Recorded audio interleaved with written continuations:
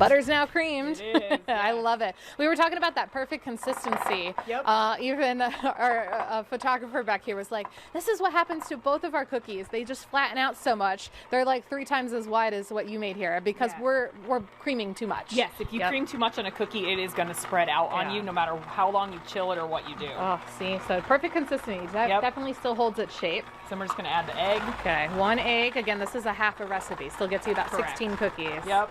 Okay. Is there so the butter's creamed, right? Yep. Can you still over cream it from this point on? You could. You really just want to go until the egg's incorporated. Okay.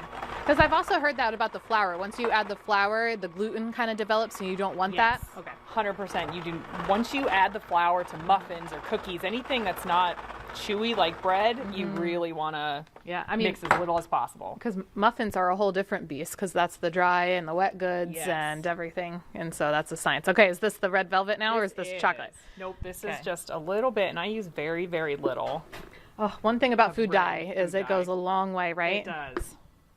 So, well, it does. It looks like a chocolate consistency. It actually. is. Yeah. So I use the thicker stuff just because I like it. That's all you use. That's all I'm going to use for a half batch. That was like a pinky of a fingernail. Tiny, Not tiny, even that. tiny. Yeah. Okay.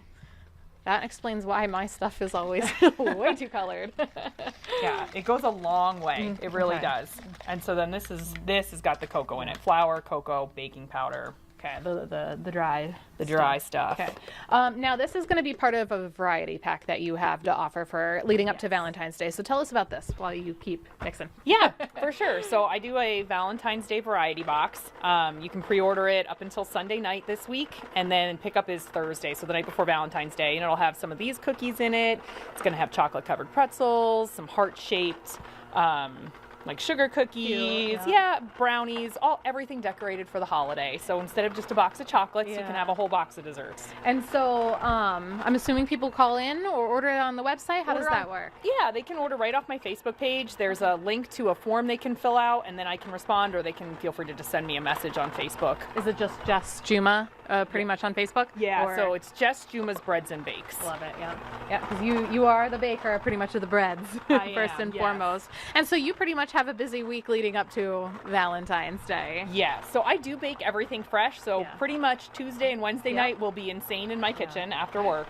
And you can see here it just came together. Oh, wow. And that's it. Yeah, see, mine is way runnier than this. So now I know.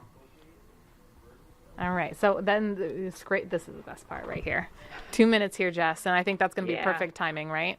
Absolutely. So then you have the white chocolate chips just to put it on the top. So I put in just a little bit of them chopped up in the cookie, and then right when it comes out of the oven, I pop them on the top. Okay. Yeah. That's always been the secret I've wondered about, the TV magic, right? How do they get the 3 perfectly chocolate chips placed on the top? Well, it's afterwards. It's after, right? You do it while they're hot so they settle in, but then they still hold their shape and look all pretty on the top. See, this is why we have a baker on North Dakota today. We love all these tips and tricks too.